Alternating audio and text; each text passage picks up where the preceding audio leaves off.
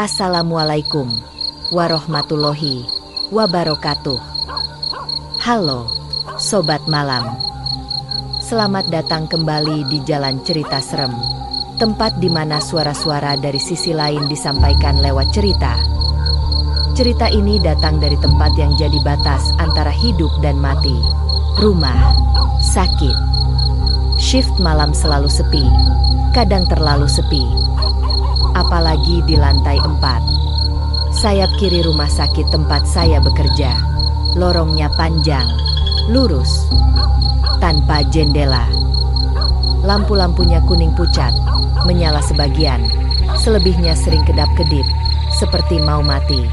Kalau malam, hanya ada satu perawat jaga di ujung lorong. Sisanya, gelap dan sunyi. Lantai ini dikenal sebagai bangsal perawatan dalam, tempat pasien-pasien kritis biasa dirawat. Tapi sejak beberapa bulan terakhir, sebagian ruangannya dikosongkan karena renovasi, termasuk kamar 4B. Dulu katanya, kamar itu biasa dipakai untuk pasien rawat inap. Letaknya di ujung lorong, agak terpisah dari kamar lainnya. Mungkin karena itu, suasananya terasa berbeda.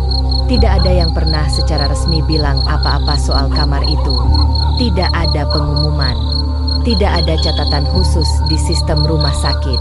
Tapi semua orang yang kerja di sana tahu. Kamar 4B bukan kamar biasa. Sudah lama tidak ada pasien yang ditempatkan di sana. Bukan karena rusak. Bukan karena belum direnovasi. Tapi karena sesuatu pernah terjadi. Sesuatu yang tidak pernah benar-benar dijelaskan. Cerita yang beredar dari mulut ke mulut. Katanya, beberapa tahun lalu, seorang pasien perempuan dirawat di kamar itu. Orangnya pendiam, tapi sering bicara sendiri saat malam. Sampai suatu hari, ia ditemukan meninggal gantung diri di kamar mandi, dengan tangan masih menggenggam tombol panggil perawat. Sejak saat itu, perawat-perawat lama tidak ada yang mau masuk kamar itu sendirian.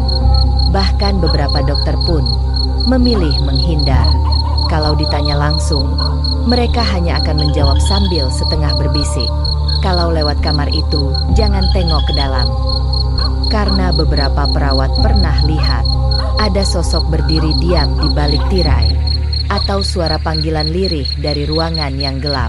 Dan yang paling sering, lampu kamar menyala sendiri, lalu mati lagi.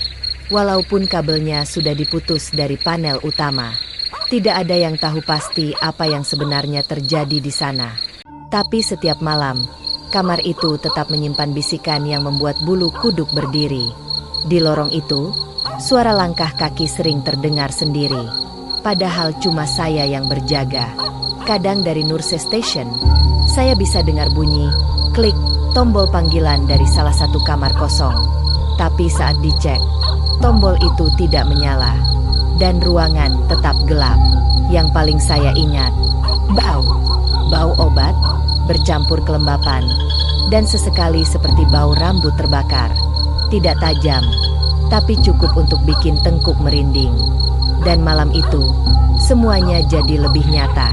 Saat telepon berbunyi, dan suara dari kamar 4B memanggil saya. Nama saya Rina. Saya seorang perawat. Sudah 5 tahun lebih saya bekerja di salah satu rumah sakit besar di Jakarta. Usia saya 29 tahun. Belum menikah. Dan bisa dibilang, hidup saya cukup datar. Pulang, kerja, istirahat. Begitu terus. Saya bukan orang yang percaya hal mistis.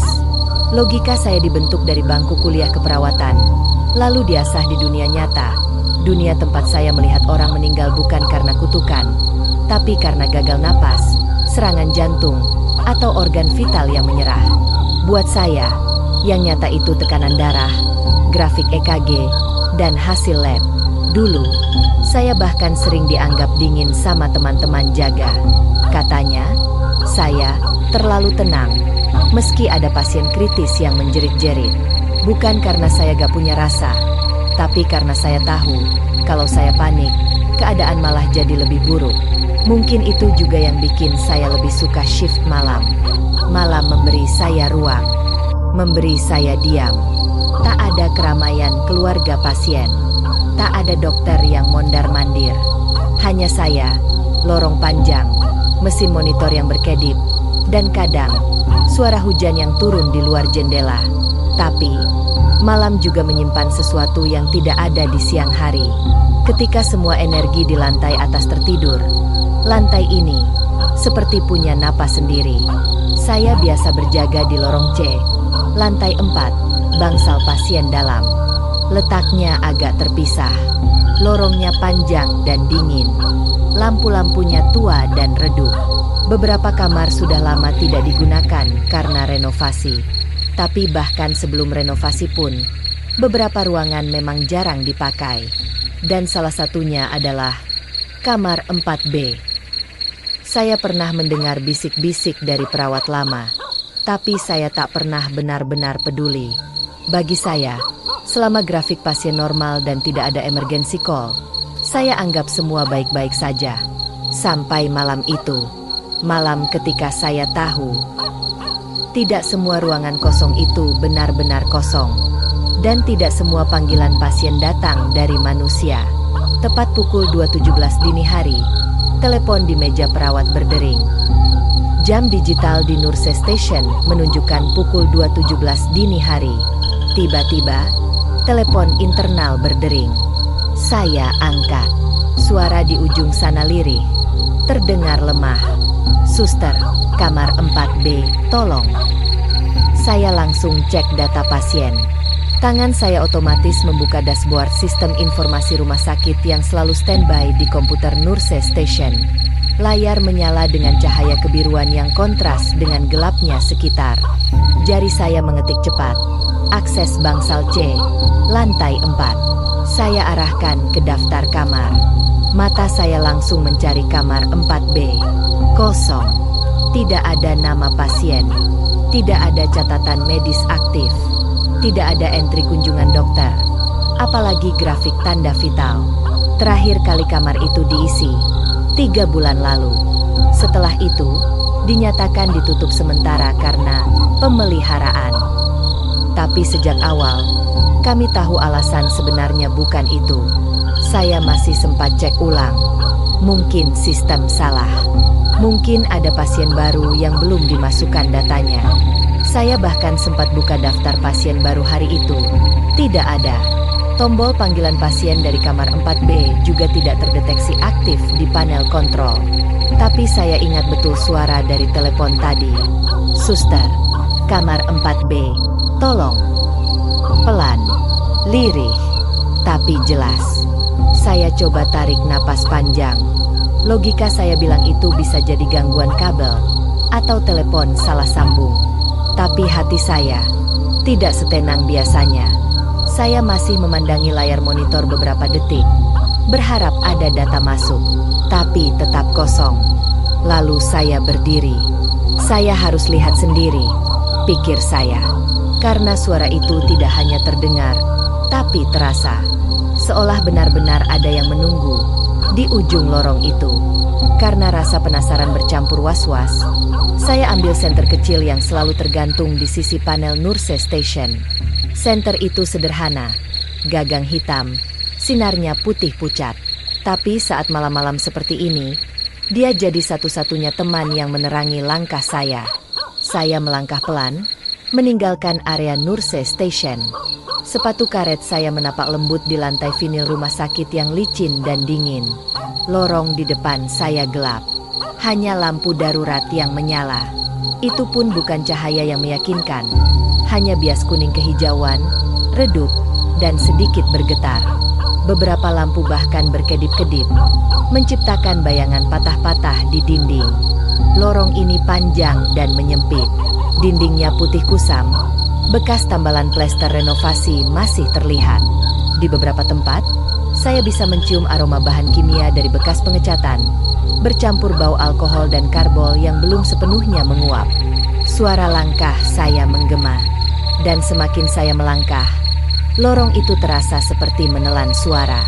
Semakin sepi, semakin sunyi. Tidak ada suara alat medis, tidak ada bunyi alarm mesin. Tidak ada siapa-siapa. Saya sempat melirik ke kanan dan kiri. Setiap kamar yang saya lewati gelap dan kosong. Hanya nomor-nomor kamar yang terpampang di atas pintu. 4A, 4C, 4D. Tapi kamar 4B. Kamar itu berada di pojok, paling ujung. Sedikit menjorok dari garis kamar lainnya. Pintunya berwarna putih pudar, dengan jendela kecil berkaca buram. Dan saat saya sampai di depan pintunya, saya melihatnya terbuka sedikit. Cahaya samar keluar dari dalam, seolah menantang saya untuk masuk. Dan entah kenapa, meski hati saya sudah mulai tidak tenang, kaki saya tetap melangkah maju. Kamar 48, pintunya terbuka sedikit, lampunya temaram, seperti remang yang setengah hidup. Dan di sana, di tengah cahaya lampu yang temaram, saya melihat sosok seseorang duduk di ranjang. Bayangannya diam, membisu, seperti patung di tengah ruangan yang nyaris tak bernyawa. Tubuhnya dibungkus selimut rumah sakit berwarna abu-abu kusam, tertarik rapi hingga menutupi lehernya, seolah sedang kedinginan, atau lebih tepatnya, dibungkus seperti orang yang sedang tidur panjang. Saking diamnya, tak ada gerakan napas, tak ada goyangan tubuh, tidak sedikit pun. Kepalanya tertunduk, rambutnya panjang, gelap, menjuntai ke depan hingga menutupi sebagian wajahnya. Bahunya menegang, tangan tidak tampak keluar dari selimut. Dan entah kenapa, meski sosok itu sepenuhnya tertutup, saya bisa merasakan sesuatu yang sangat ganjil.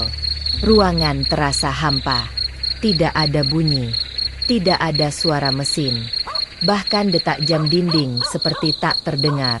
Hening, sangat hening. Senter saya gemetar sedikit di tangan kanan. Cahayanya goyah, memantul ke dinding dan tirai ruangan. Tapi cahaya itu tetap menyinari sosok di ranjang itu.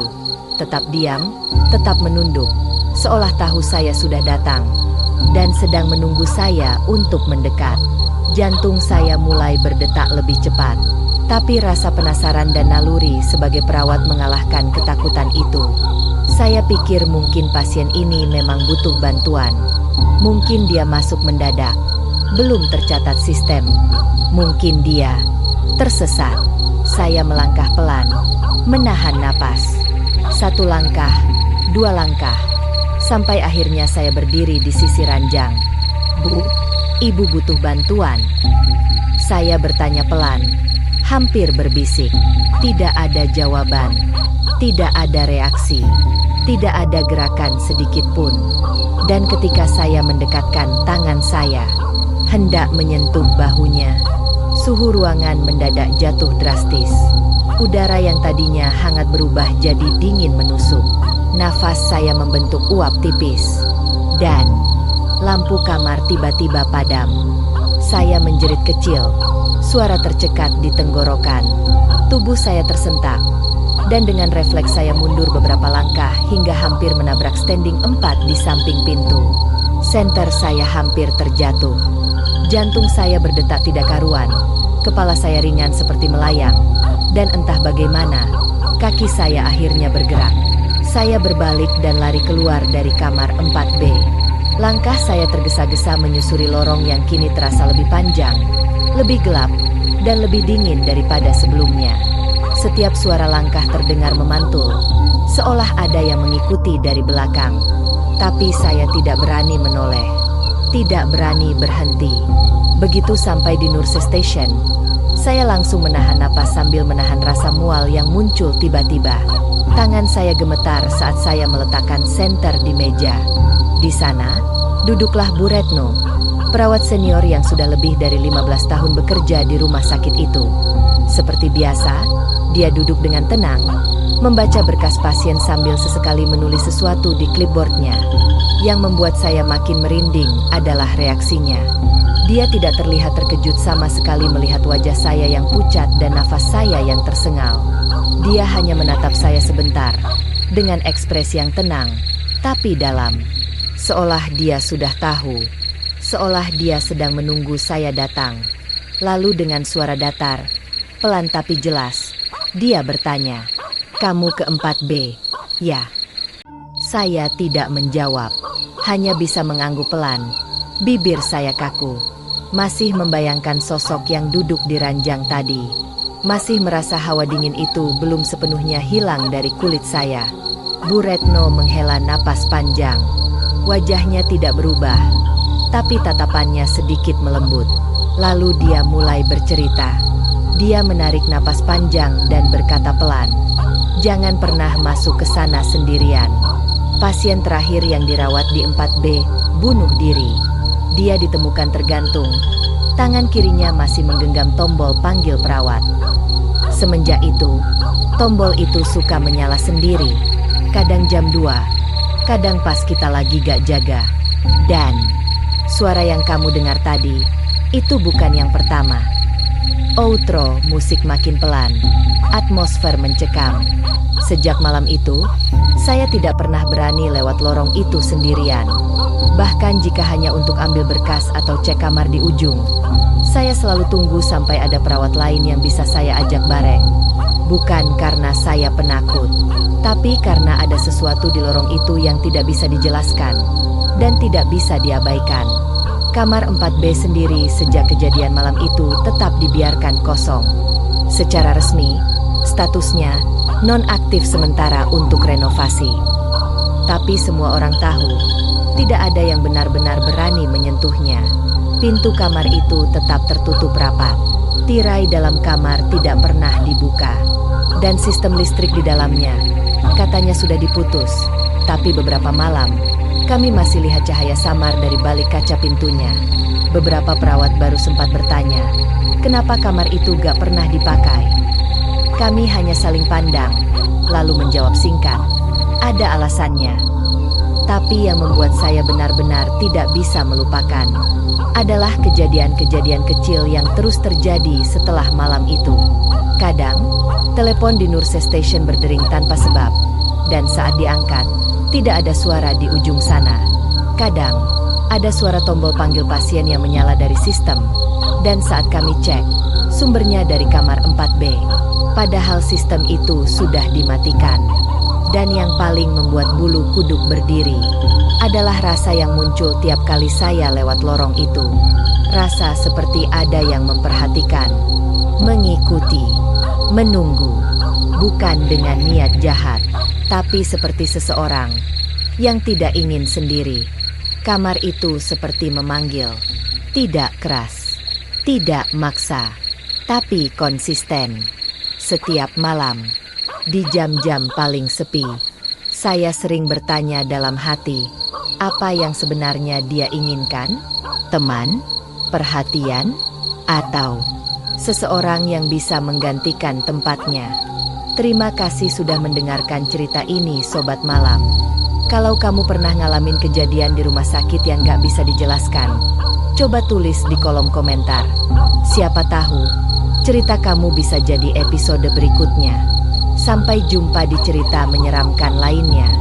Dan jangan lupa matikan lampu sebelum tidur malam ini. Wassalamualaikum warahmatullahi wabarakatuh.